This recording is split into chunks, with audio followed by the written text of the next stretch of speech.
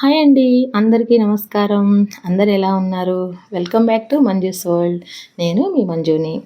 Hotel స్టైల్‌లో గుమగుమలాడే సాంబార్ ఇంట్లోనే ఎప్పుడు చేసినా కుదరట్లేదా? కూరగాయలు మెత్తగా అయిపోతున్నాయా? లేదా ఆ హోటల్ రుచి రావడం లేదా? ఇకపై ఆ సమస్య ఉండదు.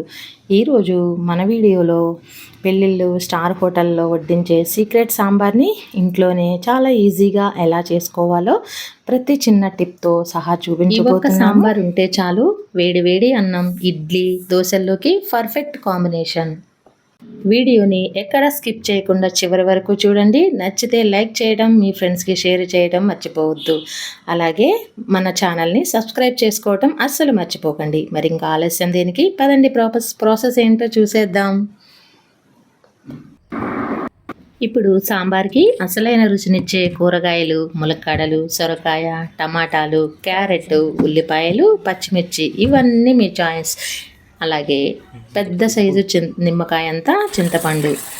ఇప్పుడు కూరగాయలన్నింటినీ ఒకసారి శుభ్రంగా కడుగుకొని వీటిల్ని తగినంత సైజుల్లో కట్ చేసుకోవాలి. సాంబార్ ముక్కలకి ఏ విధంగా కట్ చేసుకోవాలో మీకు తెలిసే ఉంటుంది కదా. సొరకాయని ఫీల్ చేసుకొని సరిపడా సైజులో కట్ చేసుకోవాలి అండి. చిన్న చిన్న ముక్కలుగా కట్ చేసుకోకూడదు, ఈ సైజు మాదిరిగా కట్ చేసుకోవాలి. మీరు వీడియో చివరి వరకు స్కిప్ చేయకుండా చూడండి. అసలు ముక్క అనేది మీకు ఎక్కడ చివరి వరకు కూడా మీకు మెత్తదనం అనేది చితికిపోవటం అనేది కనిపించదండి. మీరు ఈ ప్రాసెస్లో కనుక మీరు చేసుకుంటే చాలా అద్భుతంగా ఉంటుంది. ఇప్పుడు ఇలాగా అన్నీ కట్ చేసుకున్న ముక్కలన్నిటినీ కూడా ఒక పాత్రలోకి తీసుకోవాలి. అయితే మనకి వీటన్నిటితో పాటు పప్పు అనేది కూడా కావాలి కదా. కందిపప్పు అయితే నేను ఒక టీ గ్లాసుడు కందిపప్పు తీసుకొని దాన్ని మెత్తగా ఉడికించుకొని పక్కన పెట్టుకున్నానండి. మెత్తగా ఉడికితేనే సాంబారు చాలా చిక్కగా చాలా బాగుంటుందండి. ఒకవేళ మెత్తగా ఉడకకపోయినా లైట్గా మిక్సీతో గ్రైండ్ చేసుకున్నా కూడా చాలా మెత్తగా అయిపోతుందండి. సాంబారు చాలా చిక్కగా ఉంటుందండి. ఇది ఒక టిప్ అన్నమాట.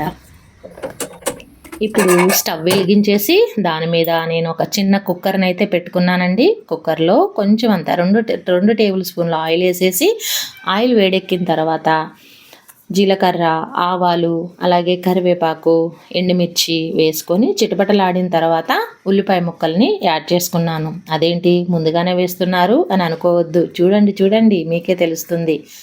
ఇప్పుడు ఈ ఉల్లి ముక్కలు మగ్గడానికి కొంచెం అంతా సాల్ట్ వేసుకొని దీంట్లో మనం కట్ చేసి పక్కన పెట్టుకున్న కూరగాయ ముక్కలన్నింటినీ కూడా వేసుకోవాలండి.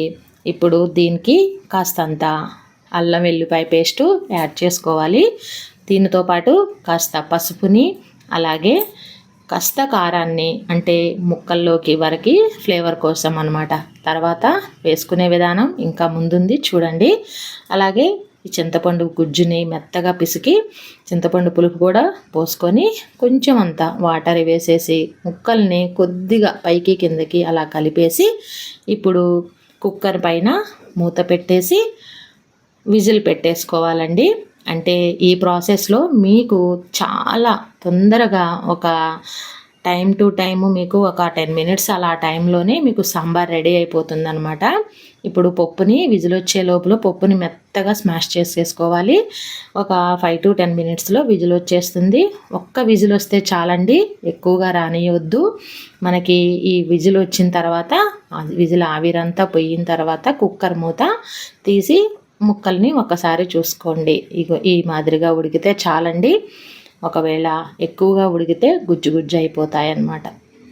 ఇప్పుడు స్టవ్ మీద మరొక బాణలి పెట్టుకొని దాంట్లో 2 స్పూన్లు ఆయిల్ వేసుకోవాలి. ఆయిల్ అండి. ఆయిల్ వేసుకున్న తర్వాత ఆయిల్ వేడెక్కిన తర్వాత ఎల్లిపాయని దంచి వేసుకున్నాను. ఎల్లిపాయతో పాటు కాస్తంత కొత్తిమీరని యాడ్ చేసుకున్నాను. అంటే ఇప్పుడు ఈ టైంలో ఒకసారి కొత్తిమీర వేసుకుంటే సాంబార్కి చాలా మంచి ఫ్లేవర్ వస్తుందండి. ఇది కొంచెం లైట్గా అలా వేగనిచ్చి ఇప్పుడు ఉడికిపోయిన సాంబార్ ముక్కల్ని అన్నిటినీ అందులో పోసేసుకోవాలండి. ఫ్లేవర్ కోసం కసూరి మెంతి అయితే వేశాను. ఇప్పుడు సాంబార్ ముక్కలన్నిటినీ కూడా పోసేసుకోవాలి. ఇలా వేసుకున్న ముక్కల్ని చాలా జాగ్రత్తగా పైకి కిందకి ఒకసారి తిప్పుకోవాలండి. ఇప్పుడు కొత్తిమీర ఫ్లేవర్ మంచిగా పట్టే వరకు చూడండి. ఆ కుక్కర్లో వాటర్ పోసేసి కడిగి ఆ నీళ్ళు అందులో పోసేయండి. వీటికి తోడు ఇవే కాదండోయ్, వాటర్ ఇంకా పడతాయి. నేను జస్ట్ కుక్కర్లో ఉన్నటువంటివి అన్నీ బయటకు పోకుండా ఆ నీళ్లు పోసానన్నమాట. కుక్కర్ కడిగిన నీళ్ళు పోసాను. ఇప్పుడు ఉప్పు కారం పులుపు ఒక్కసారి చూసుకోవాలండి. అంటే మనం చాలా కొద్దిగా వేసాం కదా. దీనికి గల్లుప్పు వేసుకున్నానండి. మీ ఇష్టం, మెత్తటి ఉప్పు అయినా వేసుకోవచ్చు. అలాగే కారం కూడా వేసుకున్నాను. కారము 3 స్పూన్ల వరకు పడుతుందండి. అది కారం పట్టి ఉంటుంది. 1 లీటర్ వరకు నీళ్లు పోసుకున్నానండి. ఇప్పుడు దీనిపైన ఒక మూత పెట్టేసి ఒక 5 నిమిషాల వరకు నీళ్ళని మరిగించుకోవాలి. ఇలా మరిగించుకున్న వాటర్లో ఇప్పుడు మనము ముందుగా రెడీ చేసి పెట్టుకున్న పప్పు అంతటిని కూడా వేసి మంచిగా నీట్గా కలుపుకోవాలండి. ఇలా కలుపుకోవటం వల్ల సాంబారు మంచి టేస్టీగా ఉంటుంది. పప్పు అంతటికి కూడా కలిసిపోతుంది అన్నమాట. పెట్టుకున్న తర్వాత ఒక్కసారి ఉప్పు కారం పులుపు చెక్ చేసుకోవాలి. నాకైతే కాస్త పులుపు తగ్గిందండి. ఇప్పుడు ఉన్న చింతపండుని పిసికి ఉన్న పులుపు అంతటిని కూడా పిండి వేసుకున్నాను. ఇప్పుడు మరొకసారి మనం తిప్పుకోవాలి. దీంట్లో అసలైన సీక్రెట్ సాంబార్ పొడి. ఇది మనం ఇంట్లో చేసుకున్న సాంబార్ పొడి అయితే ఇంకా బాగుంటుంది. మీరు బయట తెచ్చుకున్నదైనా ఓకే. ఇలా ఒక 3 స్పూన్ల వరకు సాంబార్ పొడి అయితే యాడ్ చేసుకున్నాను. అలాగే ధనియాల పొడిని యాడ్ చేసుకున్నాను. రెండు కలిసేలాగా ఒకసారి తిప్పుకొని ఇప్పుడు ఇంకా చివరిగా లాస్ట్ ఇంగ్రీడియంట్ బెల్లం. దీనివల్ల సాంబార్కి ఇంకంత అమోఘమైన రుచి యాడ్ అవుతుంది అనుకుంటున్నారు. అది మీ ఇష్టం అండి. కొంతమందికి బెల్లం ఇష్టం ఉండదు. ఇష్టం లేని వారు స్కిప్ చేయవచ్చు. కానీ బెల్లం వేయటం వల్ల సాంబార్కి మరింత టేస్టీ యాడ్ అవుతుంది. వేడిగా సాంబార్ మరుగుతూ ఉంటే వచ్చే ఆ సువాసనే వేరండి. ఫైనల్గా మరొక్కసారి ఉప్పు కారాలు అయితే చూసేసుకోండి. ఈ విధంగా సాంబార్ అయితే రెడీ అయిపోతుంది. ఒక 5 to 7 మినిట్స్ లోపు దీన్ని మరిగించుకుంటే సాంబార్ రెసిపీ అనేది రెడీ.